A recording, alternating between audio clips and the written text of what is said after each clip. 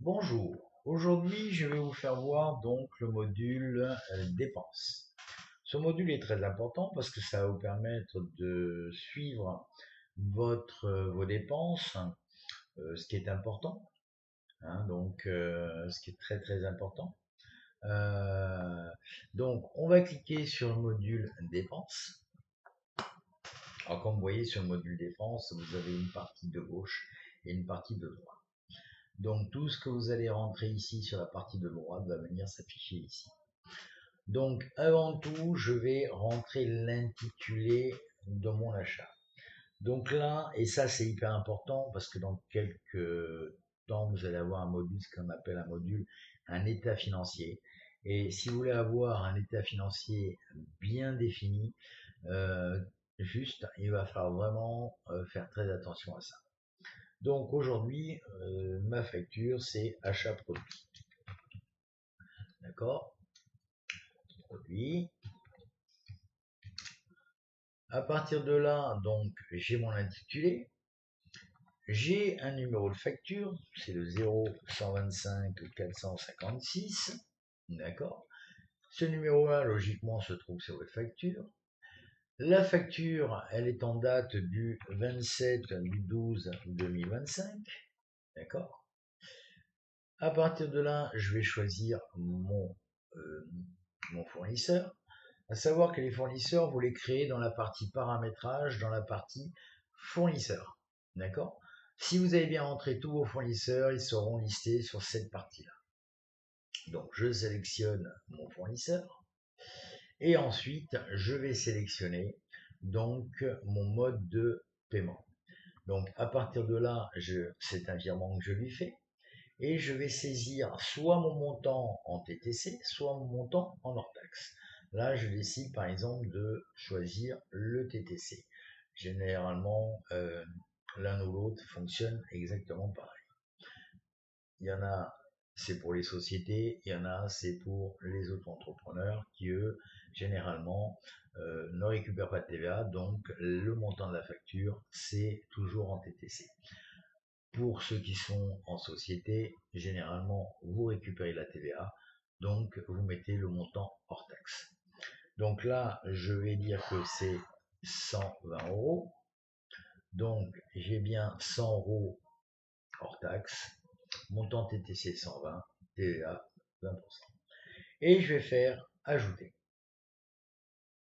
À partir de là, j'ai toutes les données qui sont ici. Hein, et vous allez pouvoir donc ensuite valider votre dépense et vous allez voir, elle va aller se mettre sur le tableau de gauche. Voilà. Donc là, vous allez avoir donc votre liste donc de votre ligne de facture. Je vais par exemple choisir une autre euh, une autre dépense. Je suis allé mettre de l'essence.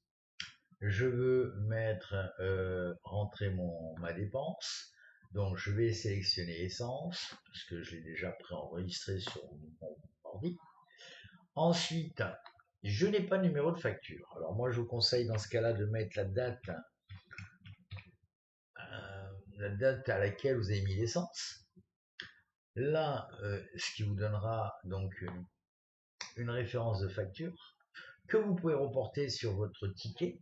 Comme ça, si demain vous avez un contrôle, vous allez pouvoir ressortir votre ticket de carte bancaire. Hein. Ou alors, si vous voulez récupérer une facture, il faut automatiquement aller en demander. À partir de là, je vais décider de mettre la date donc du jour où j'ai mis mon plein. D'accord? Et je vais choisir mon fournisseur que j'ai déjà paramétré essence. Et en plus, c'est pas bon. Voilà, c'est ça.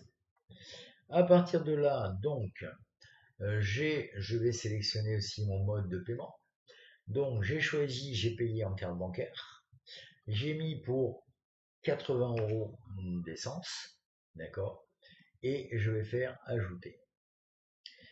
Donc, à partir de là, je vais valider. Donc, vous avez automatiquement la ligne correspondante. Pour 80 €, ça fait 66,67 € hors taxe, pour une TVA de 33,33 €. Vous pouvez toujours contrôler sur vos tickets, tout est noté, de carte bancaire. Donc, je vais valider donc ma dépense, et vous avez vu qu'elle s'est ajoutée à ce niveau-là. Donc, ce qui vous permettra de connaître donc vos dépenses. Il faut savoir que ce tableau-là est lié et relié au tableau des recettes. Alors, quand vous allez voir, j'ai fait des dépenses. J'ai fait des dépenses. J'ai fait une dépense donc de 80 € pour l'essence que j'ai payé en carte bancaire. Et j'ai fait une dépense donc de fournisseur que j'ai payé par virement, qui s'affiche là automatiquement. Donc, ce qui me donne un total de dépenses ici. Alors, savoir que là, on est en fin de mois, mais si on est en début de mois, ça s'afficherait en fonction de la semaine où vous allez rentrer votre dépense. Ce qui vous permettra de connaître le jour exactement entre vos recettes et vos dépenses, le solde qui vous reste. D'accord? Alors, moi, je vous invite à rentrer l'ensemble de vos... Alors, à savoir que dans ce module-là, moi, je vous invite vraiment à bien le tenir. Ça va vous permettre de vraiment bien connaître vos dépenses, combien vous avez dépensé par mois, et de mieux gérer peut-être votre trésorerie au fur et à mesure.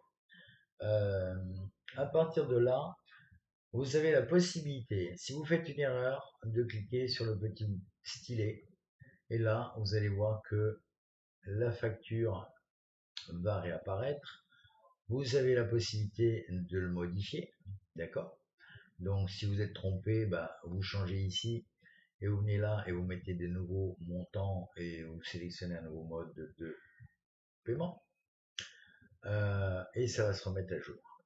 Et je fais modifier. Voilà. Et ça se remet. Si vous n'avez pas envie de vous prendre la tête, vous avez toujours la possibilité de supprimer carrément donc la facture. Et vous avez vu qu'il n'est pas content. Et donc vous avez vu, elle est supprimée et vous la recommencez. Donc ce module-là va vous permettre de mieux gérer vos dépenses, mieux votre trésorerie. Ça va vous donner assez rapidement, en allant donc dans la partie recettes, ce que vous avez vraiment dépensé sur le mois, d'accord, en fonction des recettes que vous avez encaissées, et ça va vous donner votre solde, d'accord. Donc n'oubliez pas de bien créer d'abord tous vos fournisseurs dans la partie paramétrage. Voilà, j'espère que ce tuto va vous permettre de mieux comprendre la partie dépenses, et donc à partir de là, de pouvoir entrer toutes vos dépenses au fur et à mesure. Voilà, je vous dis à très bientôt pour un nouveau tuto.